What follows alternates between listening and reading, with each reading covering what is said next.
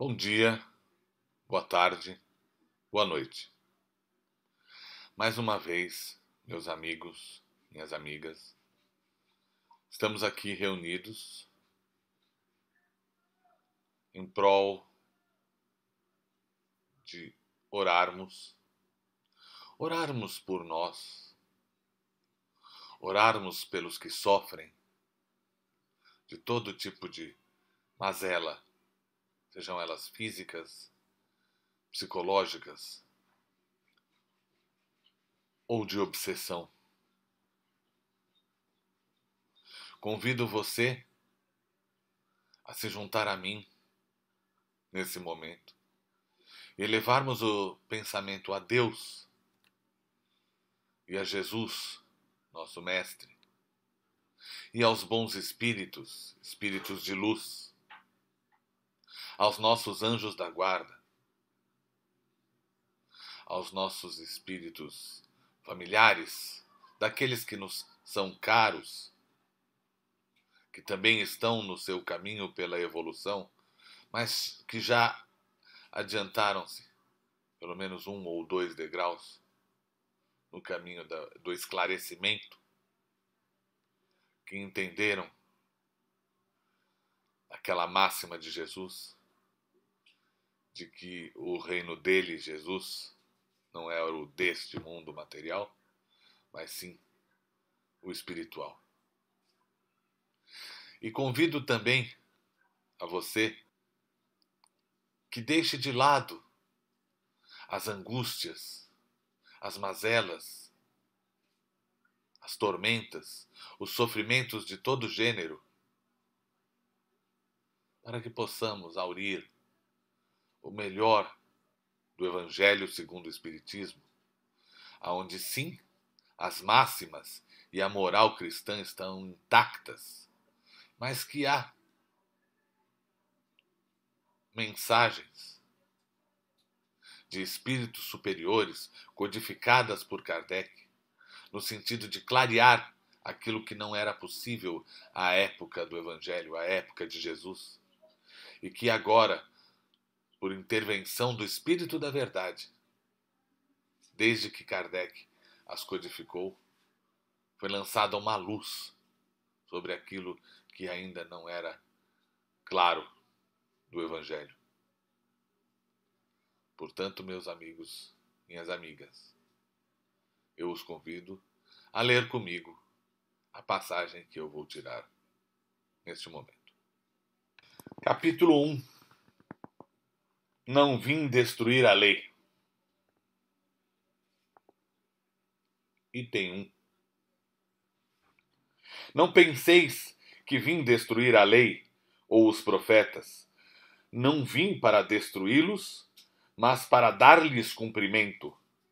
Porque em verdade vos digo que o céu e a terra não passarão, até que não se cumpra tudo o quanto está na lei, até o último J e o último ponto.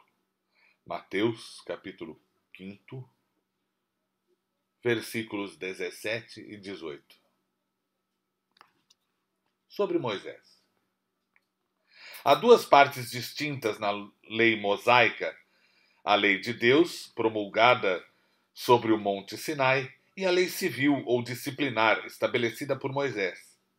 Uma é invariável, a outra é apropriada aos costumes e ao caráter do povo e se modifica com o tempo. A lei de Deus está formulada nos 10 mandamentos seguintes: Eu sou o Senhor teu Deus, que te tirei da terra do Egito, da casa da servidão. Não terás deuses estrangeiros diante de mim. Não farás para ti imagem de escultura, nem figura alguma de tudo o que há em cima no céu e do que há embaixo na terra, nem de coisa que haja nas águas debaixo da terra. Não adorarás, nem lhes darás culto. Não tomarás o nome do Senhor teu Deus em vão. Lembra-te de santificar o dia de sábado. Honrarás o teu pai e tua mãe, para teres uma dilatada vida sobre a terra que o Senhor teu Deus te há de dar. Não matarás. Não cometerás adultério. Não furtarás. Não dirás falso testemunho contra o teu próximo. Não desejarás a mulher do próximo. Não cobiçarás a casa do teu próximo, nem o seu servo, nem a sua serva, nem o seu boi, nem o seu jumento, nem outra coisa alguma que lhe pertença. Esta lei é de todos os tempos e de todos os países, e tem, por isso mesmo, um caráter divino. Todas as demais são leis estabelecidas por Moisés, obrigado a manter pelo temor um povo naturalmente turbulento e indisciplinado, no qual tinha que combater abusos arraigados e preconceitos adquiridos durante a servidão do Egito.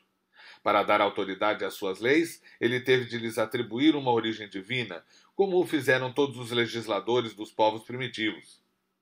A autoridade do homem devia apoiar-se sobre a autoridade de Deus, mas só a ideia de um Deus terrível podia impressionar homens ignorantes, em que o senso moral e o sentimento de uma estranha justiça estavam ainda pouco desenvolvidos. É evidente que aquele que havia estabelecido em seus mandamentos não matarás e não farás mal a teu próximo, não poderia contradizer-se ao fazer do extermínio um dever. As leis mosaicas, propriamente ditas, tinham, portanto, um caráter essencialmente transitório. Sobre Cristo. Jesus não veio destruir a lei, o que quer dizer a lei de Deus. Ele veio cumpri-la, ou seja, veio desenvolvê-la, dar-lhe o seu verdadeiro sentido e apropriá-la ao grau de adiantamento dos homens. Eis porque encontramos nessa lei o princípio dos deveres para com Deus e para com o próximo, que constitui a base de sua doutrina. Quanto às leis de Moisés propriamente ditas, ele, pelo contrário, as modificou profundamente, no fundo e na forma. Combateu constantemente o abuso das práticas exteriores e as falsas interpretações, e não podia fazê-las passar por uma reforma mais radical do que reduzindo-as a estas palavras: amar a Deus sobre todas as coisas e ao próximo como a ti mesmo, e ao acrescentar: esta é toda a lei e os profetas. Por estas palavras, o céu e a terra não passarão enquanto não se cumprir até o último jota, Jesus quis dizer que era necessário que a lei de Deus fosse cumprida, ou seja, que fosse praticada sobre a terra em toda a sua pureza, com todos os seus desenvolvimentos e todas as suas consequências. Pois, de que serviria estabelecer essa lei se ela tivesse de ficar como privilégio de alguns homens ou mesmo de um só povo? Todos os homens, sendo filhos de Deus, são, sem distinções, objetos da mesma solicitude. Mas o papel de Jesus não foi simplesmente o de um legislador moralista sem outra autoridade que a sua palavra. Ele veio cumprir as profecias que haviam anunciado o seu advento. Sua autoridade decorria da natureza excepcional de seu espírito e da natureza divina de sua missão. Ele veio ensinar aos homens que a verdadeira vida não está na terra, mas no reino dos céus. Ensinar-lhes o caminho que os conduz até lá, os meios de se reconciliarem com Deus e os advertir sobre a marcha das coisas futuras para o cumprimento dos destinos humanos. Não obstante, ele não disse tudo e sobre muitos pontos limitou-se a lançar o germe de verdades que ele mesmo declarou não poderem ser então compreendidas. Falou de tudo, mas em termos mais ou menos claros, de maneira que, para entender o sentido oculto de certas palavras, era preciso que novas ideias e novos conhecimentos viessem dar-nos a chave. Essas ideias não podiam surgir antes de um certo grau de amadurecimento do espírito humano. A ciência devia contribuir poderosamente para o aparecimento e o desenvolvimento das ideias como tal. Era preciso, pois, dar tempo à ciência para progredir. O Espiritismo é a nova ciência que vem revelar aos homens, por meio de provas irrecusáveis, a existência e a natureza do mundo espiritual e suas relações com o mundo material. Ele nos mostra esse mundo não mais como um mundo sobrenatural, mas, pelo contrário, como uma das forças vivas e incessantemente atuantes da natureza, como a fonte de uma infinidade de fenômenos até então incompreendidos e, por essa razão, rejeitados para o domínio do fantástico e do maravilhoso. É a essas relações que o Cristo se refere em muitas circunstâncias. É por isso que muitas coisas que ele disse ficarão ininteligíveis ou foram falsamente interpretadas. O Espiritismo é a chave que nos ajuda a explicar tudo com facilidade. A lei do Antigo Testamento está personificada em Moisés, a do Novo Testamento no Cristo. O Espiritismo é a terceira revelação da lei de Deus, mas não está personificado em ninguém, porque ele é o produto do ensinamento dado não por um homem, mas pelos Espíritos, que são as vozes do céu, em todas as partes da terra e por inumerável multidão de intermediários. Trata-se, de qualquer maneira, de um ser coletivo, compreendendo o conjunto dos seres do mundo espiritual, cada qual trazendo aos homens o tributo de suas luzes, para fazê-los conhecer esse mundo e a sorte que nele os espera. Da mesma maneira, disse o Cristo, eu não venho destruir a lei, mas dar-lhe cumprimento. Também o Espiritismo, eu não venho destruir a lei cristã, mas dar-lhe cumprimento. Ele nada ensina contrário ao ensinamento do Cristo, mas o desenvolve, completa e explica em termos claros para todos o que foi dito sob a forma alegórica. Ele vem cumprir, na época predita, o que Cristo anunciou e prepara o cumprimento de todas as coisas futuras. Ele é, portanto, obra do Cristo que o preside, assim como preside ao que igualmente anunciou, a regeneração que se opera e que prepara o reino de Deus sobre a terra. Meus amigos, irmãos, minhas amigas e irmãs, este capítulo inicial do Evangelho segundo o Espiritismo já de cara trata o fato de que Cristo não veio revogar nenhuma lei. Explica, de um lado, que Moisés foi obrigado a usar de certas alegorias que os homens da época só assim entenderiam e cumpririam e se preparariam para um futuro de esclarecimento da lei do amor. Lei do amor esta por Jesus Cristo. Dessa forma, Cristo, que disse com todas as letras, que disse que não vinha revogar a lei de Deus, não vinha revogar a lei moral introduzida desde os tempos de Moisés, mas veio trazer de forma concisa aquilo que não podia ser explicado na época de Moisés, através da lei do amor. Mas, como venho dizendo sempre, porque isso é uma tônica no Evangelho, havia coisas que Jesus não pôde ser claro.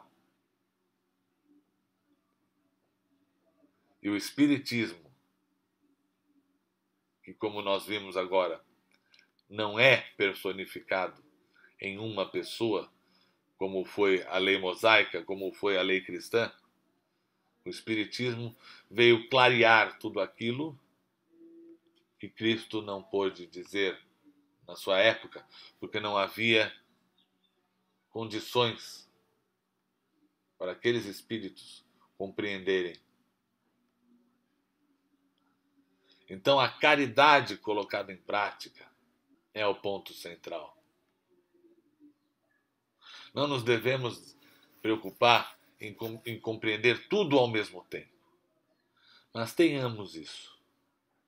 a caridade para nossos irmãos encarnados, a caridade, a paciência, a indulgência para os nossos irmãos do caminho e também para o mundo espiritual,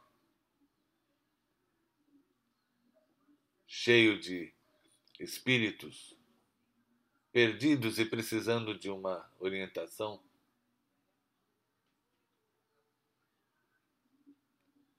Muitos desses que nos deixamos levar e entramos naquela simbiose ruim da obsessão, de modo que nos colocamos a eles e a nós numa má situação.